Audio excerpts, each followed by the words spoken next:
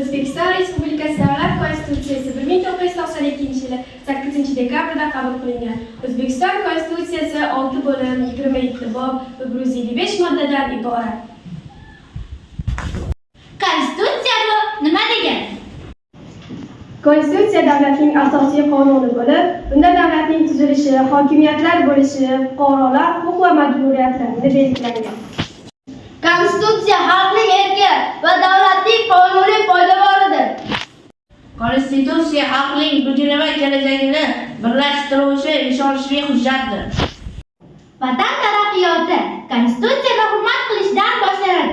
Konstitutsiya fuqarolarni himoya qiluvchi eng oliy hujjatdir. Konstitutsiya bor joyda adolat, tenglik va tartib barqaror bo'ladi. Konstitutsiyani bilish, unga amal qilish va hurmat qilish har bir fuqaroning burchidir. Konstitutsiya bizga nimalar berdi? Yashash huquqi, So'z va fikr erkinligi, Shaxsiy daxlsizlik, sog'liqni saqlash, adolatli sud himoyasi. Sportmi yo san'atmi, fan yoki madaniyatmi, jamlar ma'naviyatni bizning Konstitutsiya. Avlaviy Temuriy, Boburiy davron, u karvon boshida Navoiy sarboz, mening o'zimga g'urur nomusim, Konstitutsiyam oliy qomusim. Baxtimiz, g'ururimiz, sha'nimiz, shururimiz, baxtimiz, sururimiz bizning Konstitutsiya.